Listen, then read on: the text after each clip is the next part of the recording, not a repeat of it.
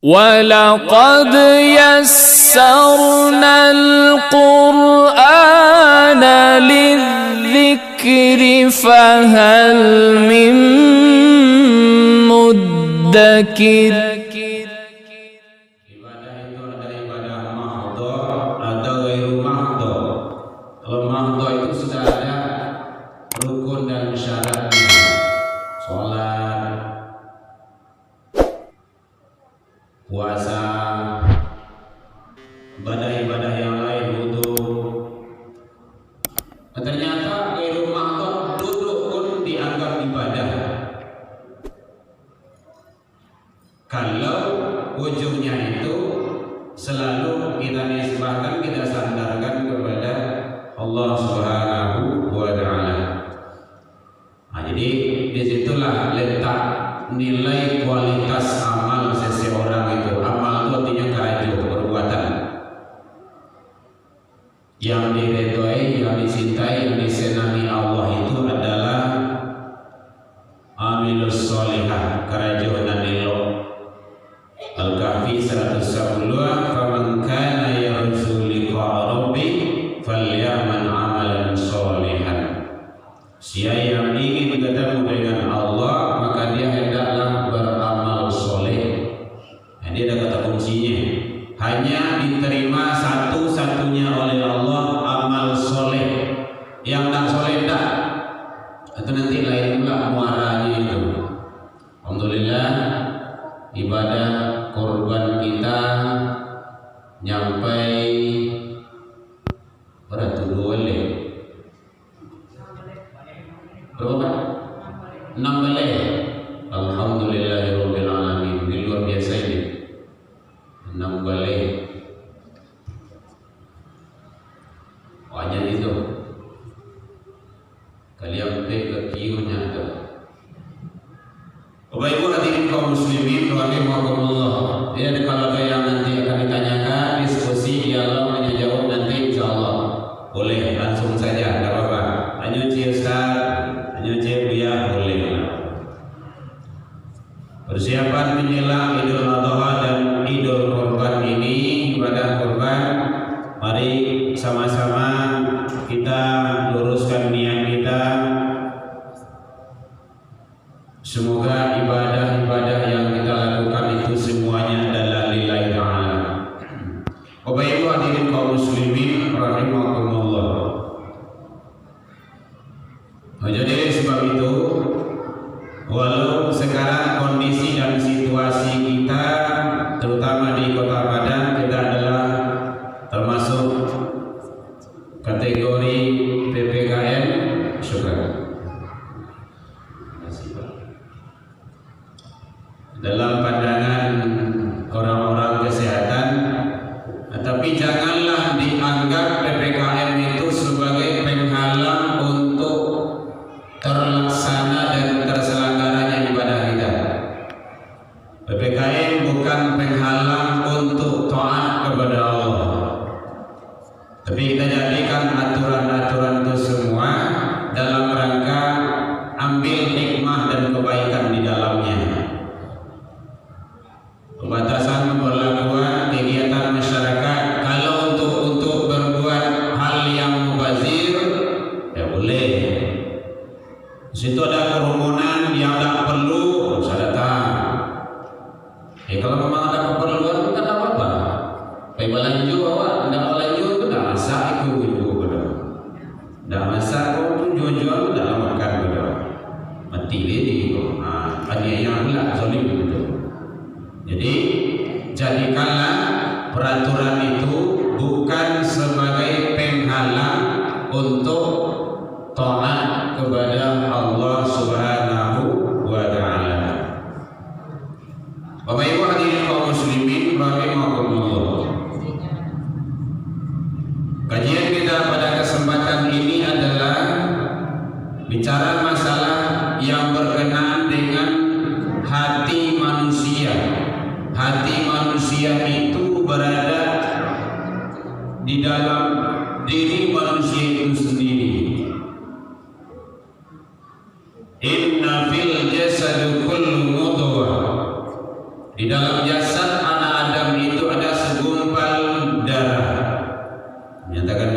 idza salha jasadu kullu, kalau rusak yang segumpal itu maka akan rusak pula hasilnya. Kalau baik yang segumpal itu maka akan baik pula hasil dan perangainya. Ala wa hiya qalbu, ketahuilah itu adalah hati. Ternyata hati di situ adalah sangat menentukan diri sisi orang tersebut. Makanya kalau hati itu kalau dibaca aco-aco hati, berarti ternyata hidup itu perlu hati-hati, tidak bisa sembarangan. Makanya Rasul menyatakan kalau memberasihan yang syariat yang jaleh-jaleh itu tidak begitu sulit dan susah. Kelakuan semua, celana, baju kotor, kain sarung kotor, itu mudah, banyak deterjen. Tapi kalau yang hati, yang qalbu itu yang kotor, itu tidak bisa sembarangan obat itu. Kullu syai'un sakalatun, tiap-tiap sesuatu ada obatnya. Ternyata obat hati tersebut adalah tidak cukup dengan secara syariat. Kalau kotor secara syariat bisa kita mandi dan berwudu. Tapi kalau hati yang kotor itu adalah sangat membahayakan, maka harus dibersihkan. Hadirin kaum muslimin rahimakumullah, di antara penyakit hati yang membahayakan itu adalah salah satunya di dalam kitab Ihya Ulumuddin Imam Al-Ghazali, yaitunya kibir. Nah, dalam tinjauan ilmu tauhid, ilmu tasawuf, jangan alih pula tasawuf itu adalah ilmunya. Sama saja ibu-ibu yang dosen atau guru gitu kan, yang mengajarkan tentang masalah masak gitu kan. Ahli masak, tapi pernahkah masak? Atau insinyur pertanian, ahli pertanian ilmunya, tapi pernahkah bertani? Itu nanti amalan jatuhnya lagi. Jadi penyakit hati salah satunya adalah kibir. Kibir itu bahasa kitanya sombong. Kesombongan yang tertinggi itu adalah kesombongan kepada Allah, yaitunya tidak mau melaksanakan aturan dan perintah Allah. Itu kesombongan yang tertinggi itu. Kalau definisi sombong itu dalam kacamata Islam menurut Rasul, batarul haqq wa ghamtun nas, menolak kebenaran, meremehkan orang lain. Itu yang sombong. Menolak nan bana. Kalau ada yang bana yang datang disampaikan oleh orang, disampaikan oleh kawan, dan diterima. Sombong itu. Jadi yang sombong itu bukan memakai pakaian serba baru sekali seminggu ganti, bukan itu. Atau dia memakai celana baru, mobil baru sekali sebulan gantinya, bukan itu. Dalam pandangan Islam, sombong itu batarul haqq wa ghamtun nas, menolak kebenaran, meremehkan orang lain. Jadi orang lain tidak boleh diremehkan, walau seperti apapun strata dan status sosialnya. Kadang dalam pandangan manusia beliau itu begitu tidak berharga, tapi dalam pandangan Allah jauh lebih mulia dan hebat, terhormat.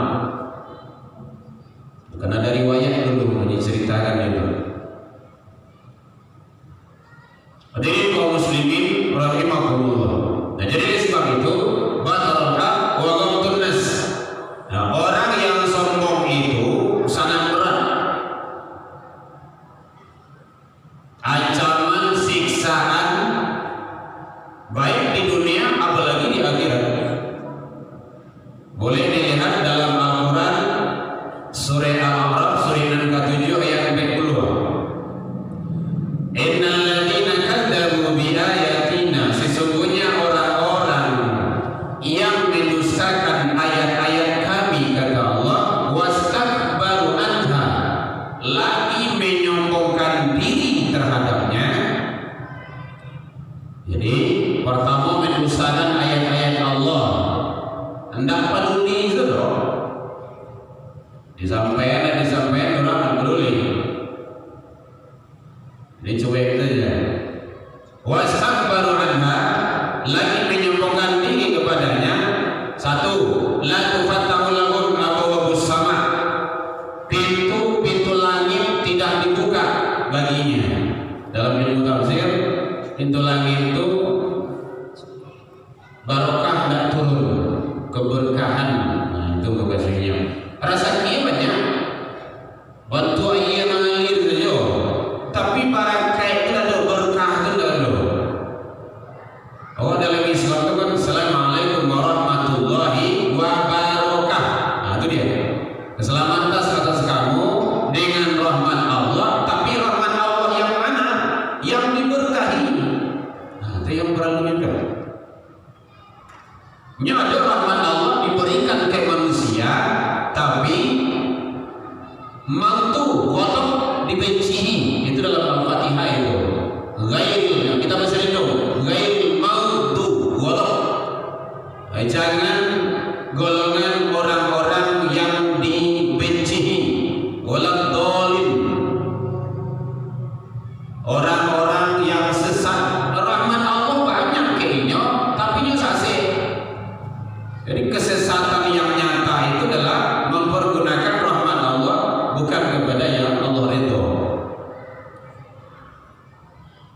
Yang kedua, dalam tafsir itu dijelaskan yaitunya doanya tidak dijabah. Ini tak sholat tuh, banyak maksiatnya. Oh, tak tahu rasa dia mengalir terus ya. Nggak tahan abe doh. Itu bukan baik itu. Jangan bercita-cita seperti itu. Itu namanya istidraj. Azab, siksa, murka, musibah, malapetaka yang diundur.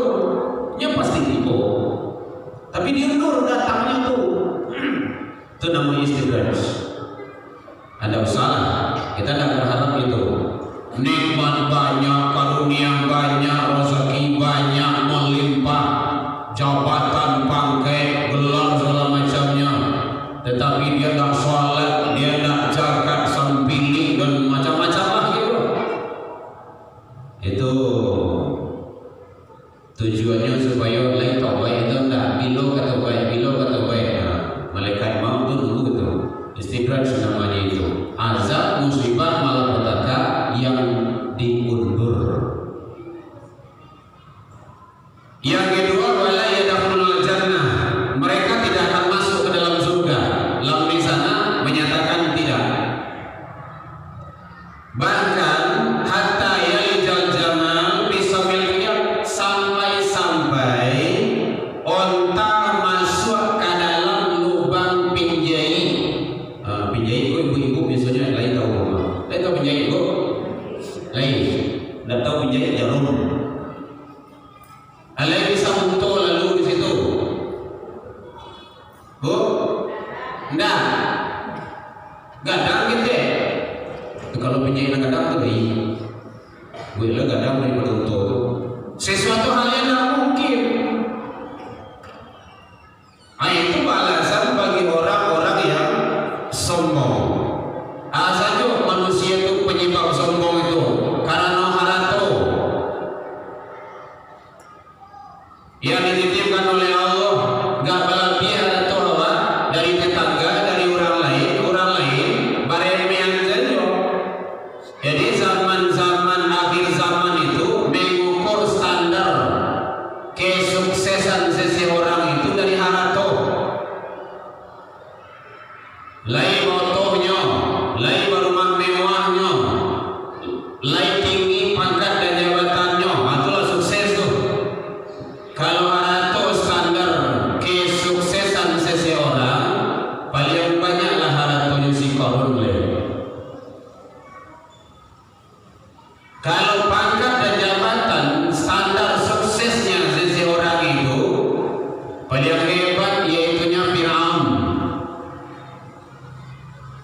Lagi setahun, 2 tahun, sekian tahun menjabat, minta 2 tahun, minta 3 periode, minta 5 periode, minta sekian periode. Akhirnya ingin salamuh-lamuhnya. Sesudah itu menganggap penguasa abadi. Akhirnya menganggap diri sebagai Tuhan. Atau si Firaun itu ujung-ujungnya mati tenggelam. Tidak ada yang selamanya. Kemal juga seperti itu, yang menghancurkan Islam. Nah, oleh sebab itu semua itu adalah sejarah bagi orang-orang yang akan datang. Menjadikan pedoman bahwa itu adalah sesuatu yang tidak baik, tidak benar. Nah, jadi ternyata manusia bisa terjebak ke dalam kesombongan karena harta yang dititipkan. Nah, kajian ilmu tauhid, ilmu tasawuf bukan dimiliki, karena awak ada hak milik, tapi hak pakai. Nah, kalau tasawuf tapi seperti itu. Kita bukan hak milik, tapi hak pakai. Lah dititipkan, lah dimuliakan memakai, pakailah karena nilai. Bukan seperti itu. Syukurilah nikmat Allah itu. Atau maksud salah satunya adalah pelaksanaan ibadah korban. Karena anak dan turunan manusia bisa terjebak ke dalam kesombongan.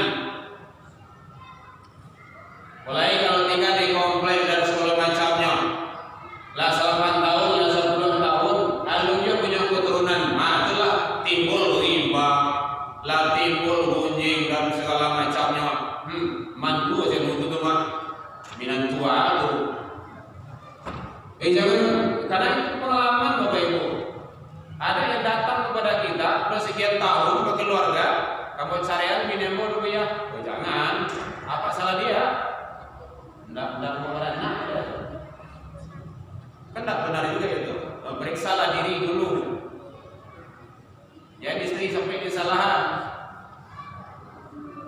Ya, awak tinggal di Indonesia ini segala macamnya.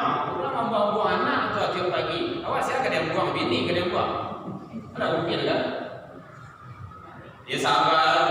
8 tahun, 8 tahun terus. Belum.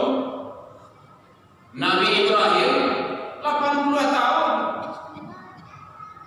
Tapi nyonya santiang kan? Anggota Nabi dulu ya hasilnya.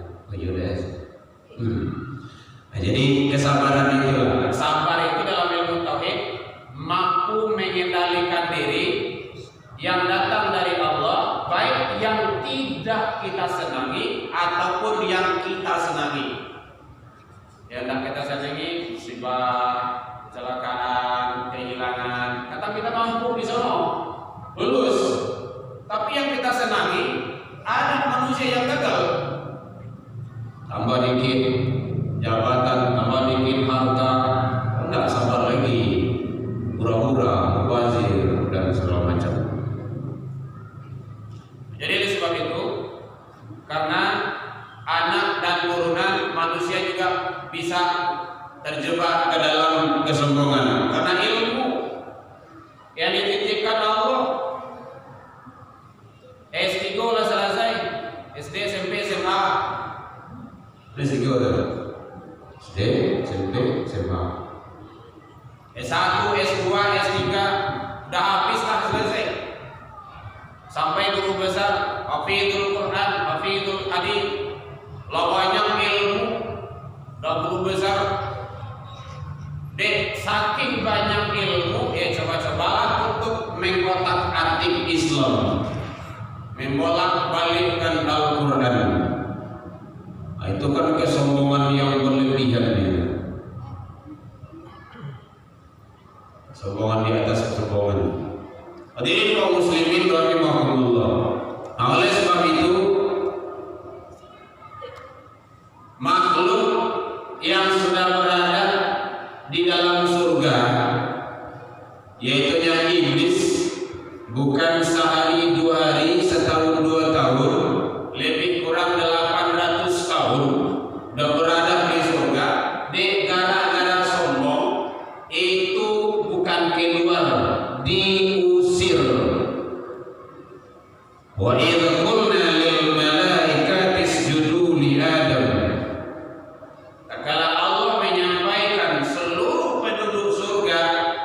agar sujud kepada Adam, fasajadu, semuanya sujud semuanya, illa, kecuali iblis. Aba wastakbar, dia menolak dan menyombongkan diri. Orang parah juga, bukan hanya menolak tapi menyombongkan diri. Kecilnya, tidak mungkin kami sujud kepada Adam. Adam kapan tangga baru diciptakan, kami udah lama. Khalaqtani finnar, kami diciptakan dari api. Wa khalaqtahu min tin, Inyo diciptakan dari tanah. Jauh pangkat dari api. Tidak mungkin. Masa kami sujud pula kepada Adam? Jadi bukan hanya menolak tapi menyombongkan diri. Kalau bahasa Arab namanya menapi dado namanya itu. Kondak diden, gitu. Ndak kamu jadi itu. Sianya, tua. Hati-hati itu. Semuanya biidznillah. Jadi oleh sebab itu iblis sudah berada di dalam surga, bukan sehari dua hari, sudah lama. Tapi karena sombong diusir dari surga. Manusia belum pernah masuk ke dalam surga, baru ke cita-cita baru. Tapi karena sombong, ya tidak bisa. Makanya tidak boleh. La yadkhulul jannah, tidak akan masuk ke dalam surganya Allah man kana mithqala dzarratin min kibr, yang ada di dalam qalbunya, di dalam hatinya mithqal zarrah. Zarrah itu kalau acok mengumpamakan sebesar biji sawi. Ya bayar biji sawi kan kecil itu, atau ketek dari itu juga. La yadkhulul jannah, tidak akan masuk surga. Kita berselidung kepada Allah dari sifat sombong tersebut. Tidak ada yang bisa kita sombongkan. Biar kita dititipkan harta oleh Allah, kita syukuri. Dititipkan umur oleh Allah, malah harta itu dua pintu ditanya kalau harta. Hati-hati hadirin kaum muslimin, umat Islam semuanya. Masalah umur hanya satu.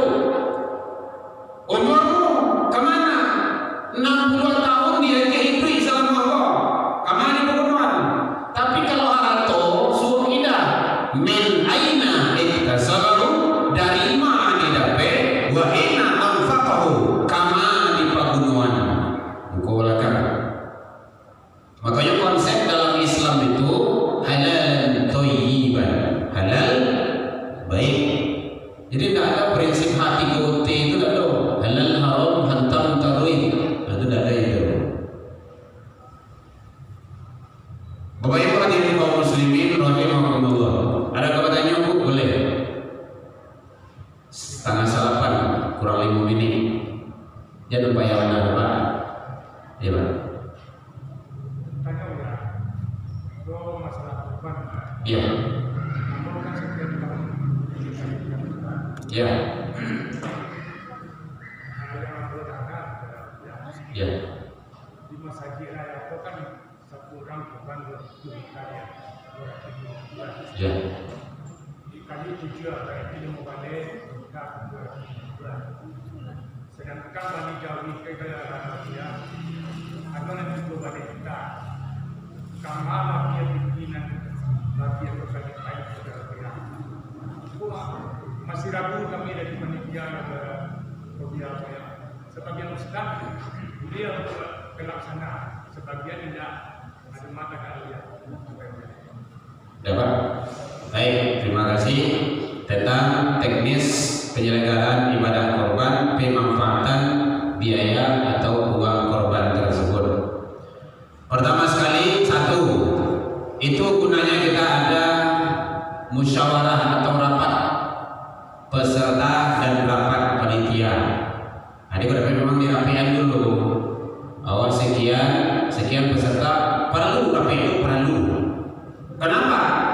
Perlunya agar tahu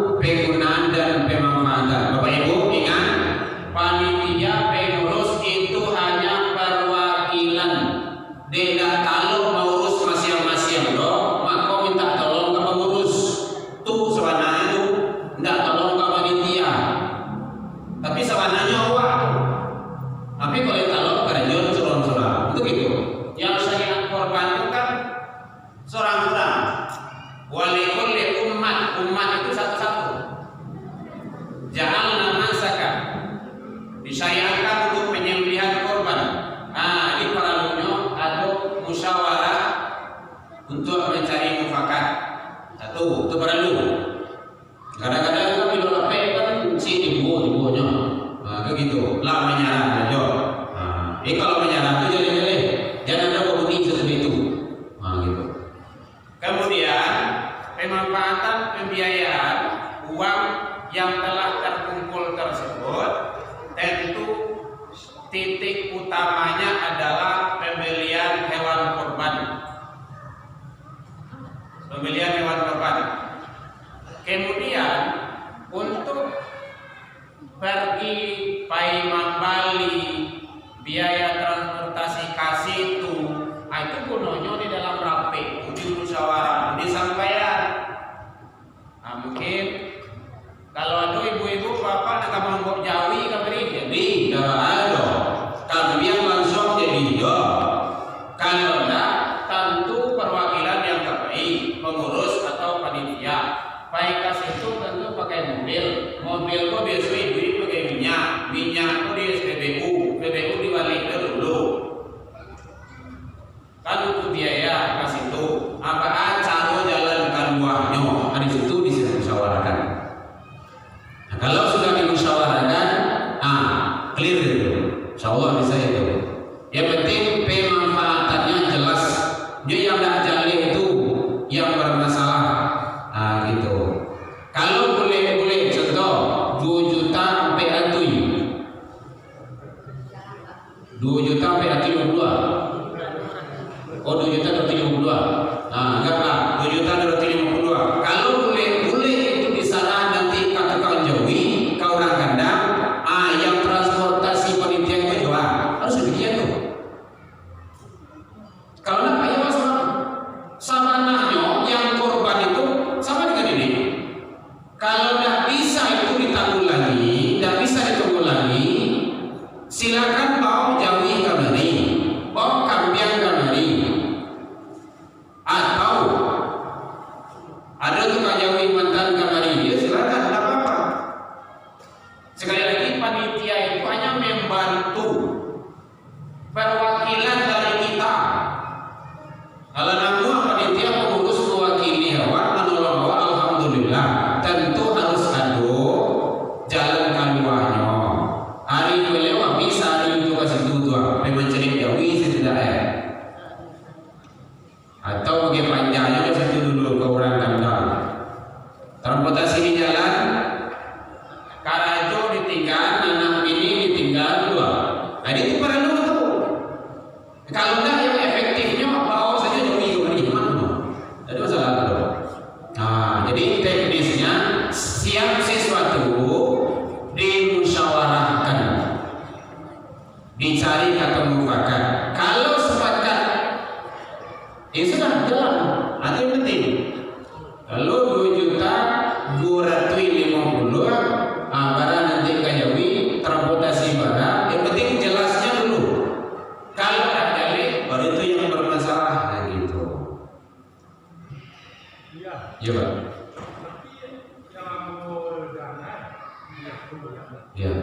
Ceramah dari media, dari Facebook Ya. bahwa kelebihan dari pembelian Jawi itu tidak boleh dipakai oleh panitia.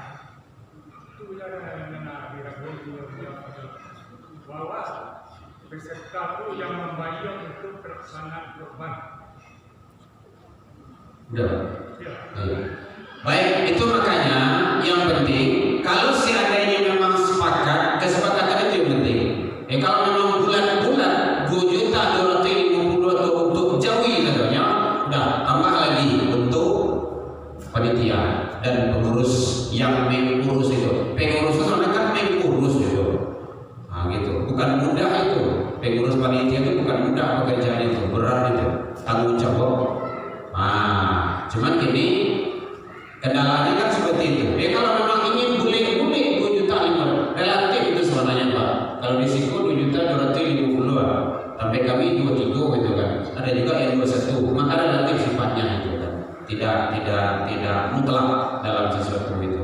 Yang penting jawi, kambing, onta ataupun domba. Nah, yang penting kan makhluknya kan itu, orientasi binatang korbannya kan itu. Nah, boleh onta, boleh kerbau, boleh ya namanya ya maksudnya. Nah, gitu. Jadi sepakatilah bagaimana bagusnya kalau ingin itu bukan perdebatan yang harus kita peruncing sebenarnya. Dari jumlah angka itu sifatnya relatif, bahkan satu tempat dengan tempat yang lain itu berbeda-beda, tidak sama. Yang penting pemanfaatannya itu yang perlu, jangan sampai salah guna. Nah, gitu.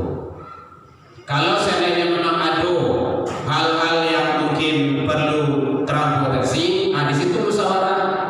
Apa yang menjadi siang udahnya, pada biayanya pulang balik, dia ada risiko sepakat awak atau memang ada penambahan biaya. Silakan. Kalau dia ada risiko, berarti tidak ada penambahan biaya. Kalau ada penambahan biaya, berarti yang 2 juta berarti 50 boleh ke tukang jawi. Nah, itu caranya. Tergantung kita. Angka itu relatif sifatnya. Yang dipermasalahkan cara penggunaannya. Nah, itu. Yep.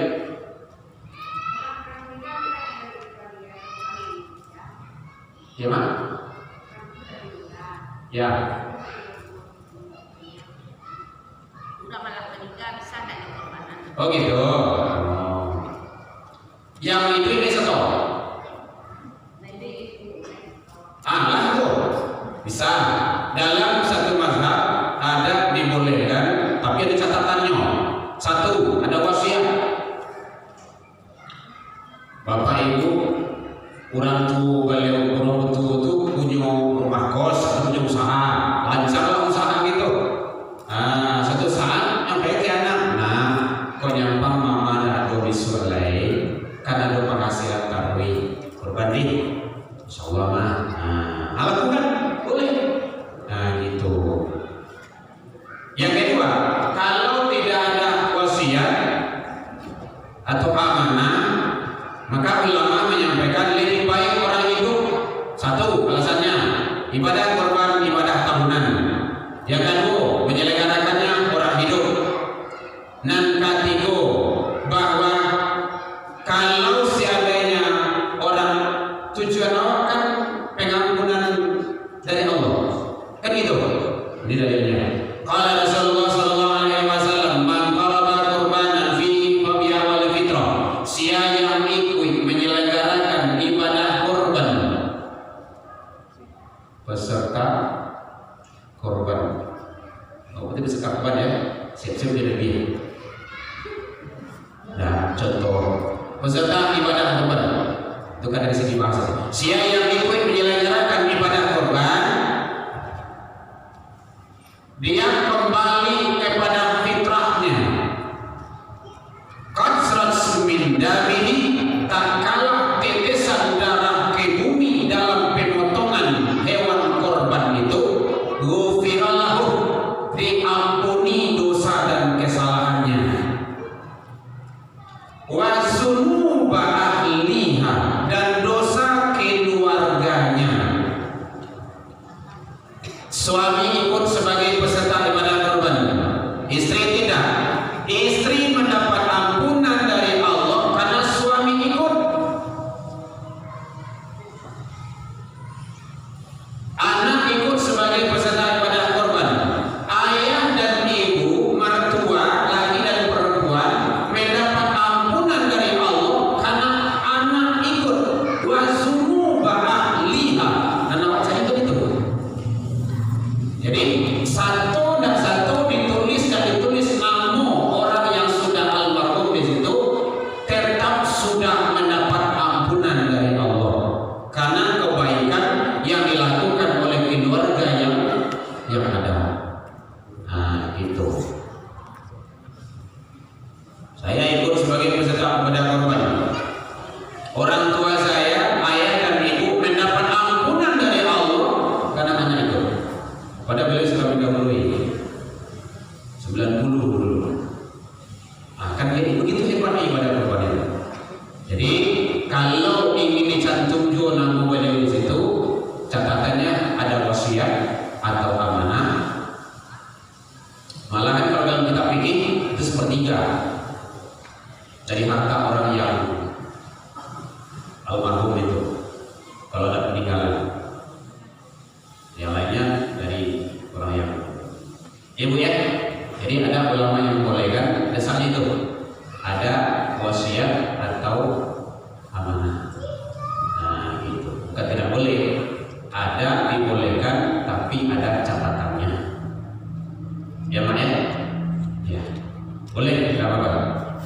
Dengan Syanu almarhum. Nanti kalau dipanggil nanti ke lapangan nanti kan almarhum kan tidak datang dia. Gitu. Logikanya seperti itu logikanya. Kalau boleh juga nanti perwakilan oleh anak gitu kan. Yang lain boleh. Jadi pemanfaatannya itu tadi Pak. Itu yang penting itu. Nah, kalau angka itu relatif sifatnya.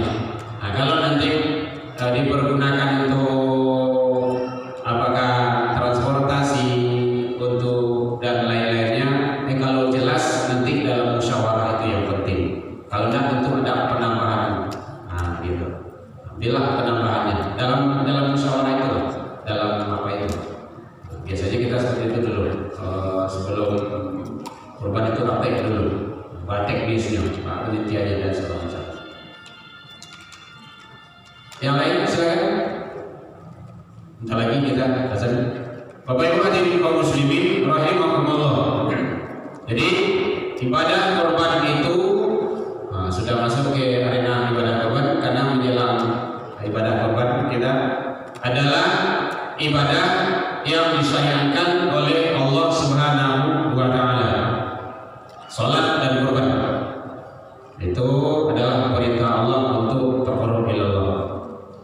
Mari bagaimana kita tetap sikapi kalau ada himbauan sekali lagi dari pihak keamanan, dari pemerintah, jaga kesehatan.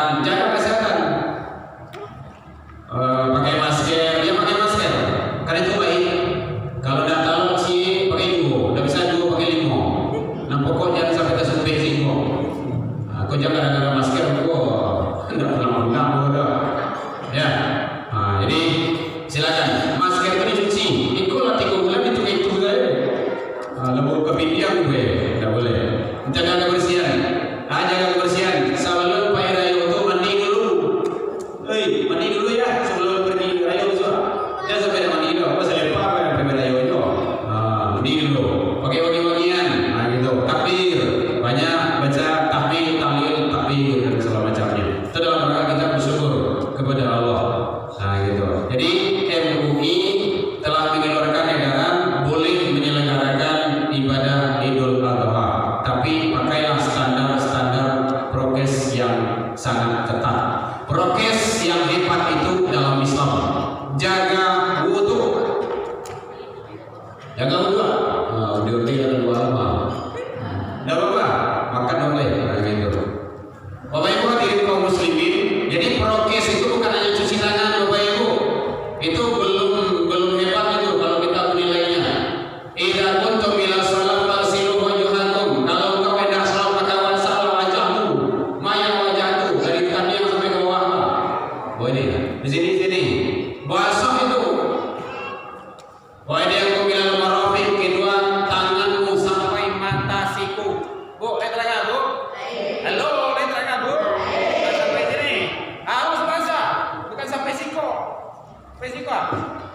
Atau prokes dalam Islam itu wamsahu bi ru'usikum, sapulah kepalamu, jangan window kepalu. Kalau ada kepala otak, tatap sapu kepala itu, walaupun otak kepala ya. Gitu. Warjulakum ilal ka'bain, kedua kakimu. Intinya adalah selalu jaga wudu. Itu yang perlu. Jadi sebelum menggapai Rayo, baik ke lapangan atau baik menyelenggarakan ibadah kurban itu wudu dulu. Batal doa balik, atau prokes dalam Islam namanya itu, kesehatan dalam Islam itu jauh lebih hebat. Itu. Mungkin itu yang bisa kita sampaikan. Kemudian tentang menjaga jarak, kalau MUI telah menyampaikan edarannya 30 Desember kemarin itu sholat sudah boleh dirapat. Tidak perlu dijalan-jalan lagi. Sholat dilurus dan dijalankan, sudah dirapat. Karena sudah dikeluarkan edarannya. Nah, jadi yang penting kita jaga kesehatan, jaga stamina tubuh agar kita tetap sehat dalam penyelenggaraan pelaksanaan ibadah kita. Semoga Allah ridho kepada kita bersama. Ini berkenaan dengan pelaksanaan penyelenggaraan ibadah Idul Adha dan Idul Kurban. Baik Bapak Ibu, silakan dicicipi hidangan yang telah dihidangkan oleh panitia. Kita mewakili saja, mewakili. Demikian saja. Masih ada Bu yang kamu tanya? Jadi tema kita tadi tentang kibir dan sombong dan juga persiapan penyelenggaraan Idul Adha. Dalam penyampaian nama tadi kekurangan lama manihi racing bawang dan kurang ngelui rono pici dan kurang kondi atau masakan talabi mata, maafkan aku tentang itu. Lain dimaafkan Bapak Ibu hadirin. Ibu kalau makan gue hilang mengenai ya. Dan nampak ustaz engkau lah. Mengecil seorang ustaz tu diko dipupuh juga. Jadi ini ada ya. Jadi Bapak Ibu, saudara-saudaraku yang tak sempat datang ke masjid boleh langsung lihat di YouTube. Buka saja Buya Herman Tanjung, insya Allah nanti ada Masjid Raya Benuaran setiap